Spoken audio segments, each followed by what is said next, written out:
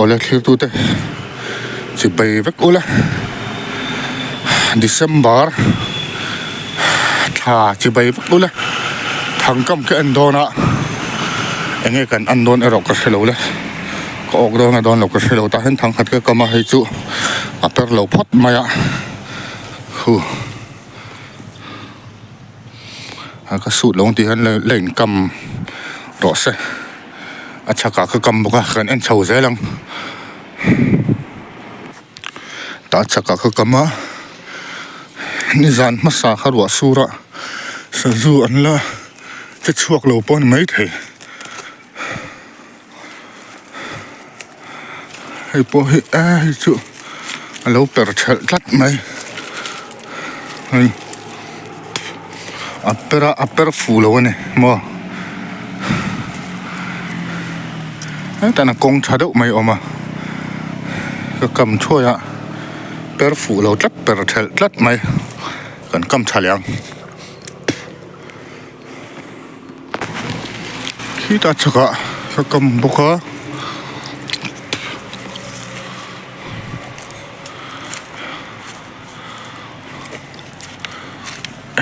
tới lẩu lạc bùi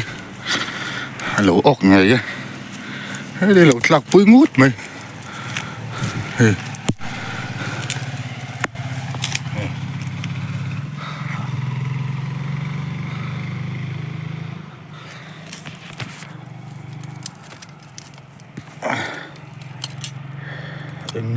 anh du nghe mà có mặc về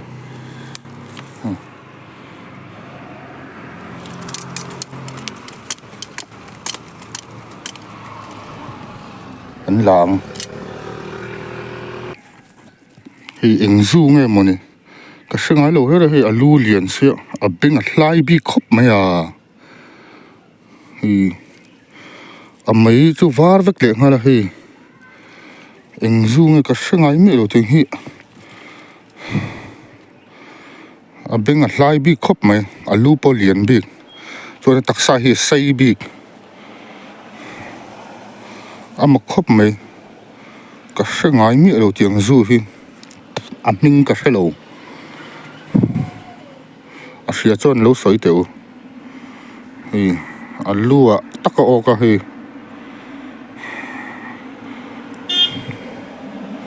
ruộng thì xây đồ là chỗ var em mới lại nghe là hành phong này xe lồng ôm thằng thì cái nó bạc hạt chỗ ốc phốt mà bạc hạt tập bẹt thế là thằng thum mà lẽ cái anh sầu dễ lắm dan pakat ka kamay super low tlat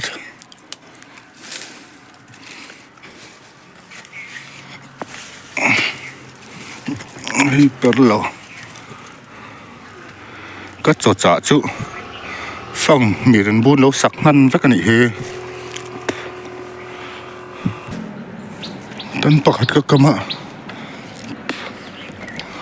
ai po per low ma he ka cho chan lo ai kuit vek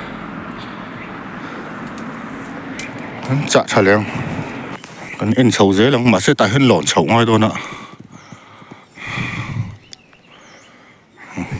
lộn sầu bằng à khi tại hơn bạc hạt các mà khi bộ ổ lộn mấy khóc bay in xe đâu nghe per lầu nghe mấy chả hãy rồi anh lầu ấy quỵt lẹ vét mấy hay mặc cái tí per har đậu thì nó nè tí là per chế bên cái đã về chu nhỉ tiếng per miệng luôn lâu ấy rồi thấy thìn nè chả thay lẽ tầng cái mi hi lâu per lẹ lắm mấy hầu thìn về cầm thay lẽ dễ lắm tại hen khôi bùa mà khôi vợ anh thọc lụp sụp sụp mày tại hen